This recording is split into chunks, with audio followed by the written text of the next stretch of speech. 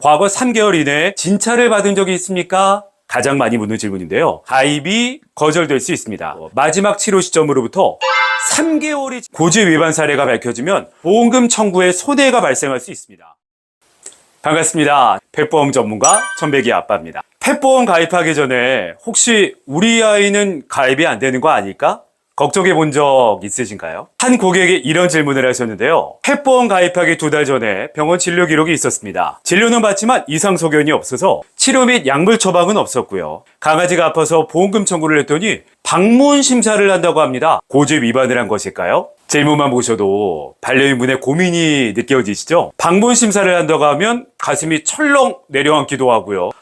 괜히 내가 뭐 잘못 말했나? 불안하기도 하고요. 이 고객님처럼 마음 졸이지 않으려면 미리 알고 준비하셔야 됩니다. 어떤 경우에 펫보험 가입이 거절되고 어떻게 대처해야 되는지 펫보험 고지 의무에 대해서 이 영상 하나로 끝내볼까 합니다. 먼저 펫보험은 뭔지에 대해 짚고 가겠습니다. 사람의 실비보험 있잖아요. 아파서 병원에 가서 치료를 받으면 병원비를 돌려받잖아요.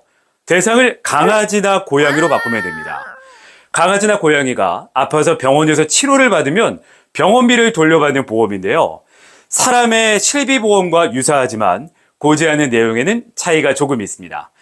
A 보험사의 고지 의무를 들여다보도록 할 텐데요. 첫 번째 질문이 애완반려 이외의 목적으로 양육하고 있습니까?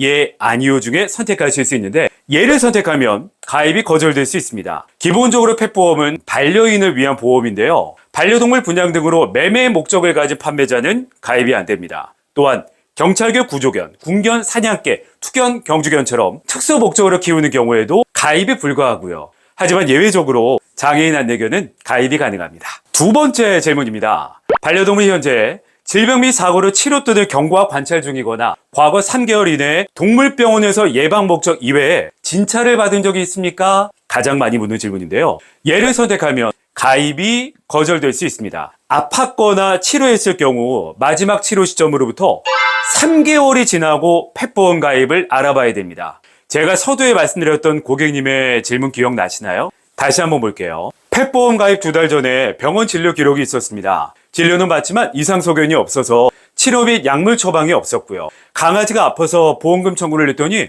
방문 심사를 한다고 합니다. 고지 위반을 한 것일까요? 이런 얘기였는데 가입 전 2개월 전에 동물병원 진료 이력이 있다고 했는데요. 이상 소견이 없고 치료나 약물 처방을 하지 않았다고 해도 이 사실을 말하지 않고 가입했다면 고지 위반이 됩니다. 애써 보험에 가입했는데 고지 위반 사례가 밝혀지면 보험금 청구에 손해가 발생할 수 있습니다. 이런 일이 생기지 않도록 고지 의무에 따라 솔직히 사실대로 고지하는 게 중요하겠습니다. 세 번째 질문은 반려동물이 과거부터 현재까지 아래의 병으로 진단되거나 의심 소견을 받은 적이 있습니까? 예인 경우 아래의 질병 중 선택해주세요 라는 질문입니다. 기간을 지정하지 않고 태어나서 지금까지 위에 29가지 질병으로 진단을 받거나 의심 소견을 받은 적이 있는지 묻고 있는데요. 만약 해당 사항이 있다면 사전에 고지하고 청약 심사를 통해서 가입 가능 여부를 기다려봐야 됩니다. 가입이 제한되거나 거절될 수 있고 가입이 되더라도 특정 신체 부위에 부담보가 설정됩니다. 부담보라는 말 많이 들어보셨죠?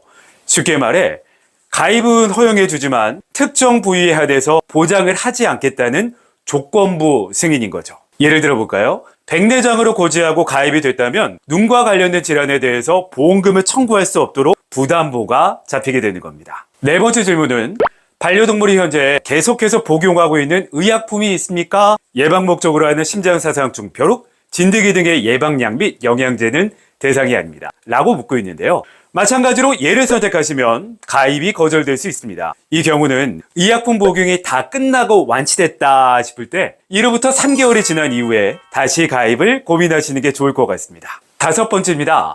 반려동물이 현재 일상적인 관리나 예방접종을 받고 있는 동물병원이 있습니까? 라고 묻고 있죠. 예, 아니요 중에 선택하실 수 있고 다니는 병원이 있을 경우에 지역과 병원명을 쓰게 되어 있습니다. 만약에 아니오를 선택한 경우에는 가입이 거절될 수 있어요. 사람도 그렇지만 강아지, 고양이도 특정 질병에 대해서 예방접종과 정기접종 시기가 정해져 있습니다. 아니오를 선택한다면 질병에 대해서 관리나 대비를 안 하고 있나? 라고 판단할 수 있기 때문에 가입이 거절될 수 있습니다.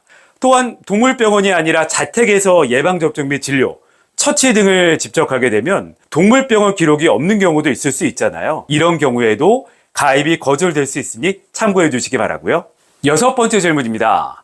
반려동물이 출생 후 최초 방문한 동물병원 방문일로부터 3개월이 지났습니까? 예, 아니요 중에 선택할 수 있게 되는데요. 단 생후 12개월 미만의 반려동물은 해당하지 않으니 확인해 주시고요. 이 질문은 앞서 2번과 유사한 질문입니다. 동물병원 방문을 최근 3개월 안에 했다면 펫보험 가입이 안 된다고 말씀드렸었죠. 그래서 이 질문 역시 아니오를 선택할 경우엔 가입이 거절될 수 있습니다. 자, 대망의 마지막입니다. 7번째 질문.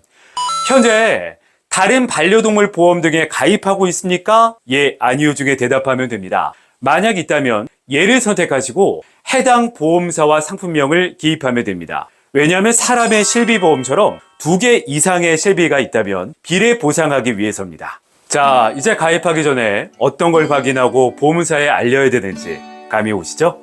무엇보다 기억하셔야 되는 점은 사전에 우리가 드는 보험과 마찬가지로 펫보험 역시 고지 통지 의무를 지켜야 합니다. 솔직하게 위반 사항 없이 보험사에 알리고 가입하는 게 가장 좋습니다. 사랑하는 반려동물을 위해 가입하는 펫보험인데요. 나중에 보험금을 손해보거나 보장을 받지 못하거나 최악의 경우에 계약이 해지되는 것 같은 불상사는 없어야 되잖아요. 고지사항은 보험사나 상품 구성에 따라 조금씩 다를 수 있지만 오늘 보신 내용이 가장 기본적인 내용이다, 이렇게 보시면 되겠습니다. 만약에 잘 모르겠다, 헷갈린다, 애매한데? 라는 부분이 있으시다면 자, 언제든 연락 주시기 바랍니다. 친절하게 안내해 드리겠습니다. 오늘 영상도 시청해 주셔서 감사합니다. 본 광고는 심의 기준을 준수하였으며 유효기간은 심의일로부터 1년입니다.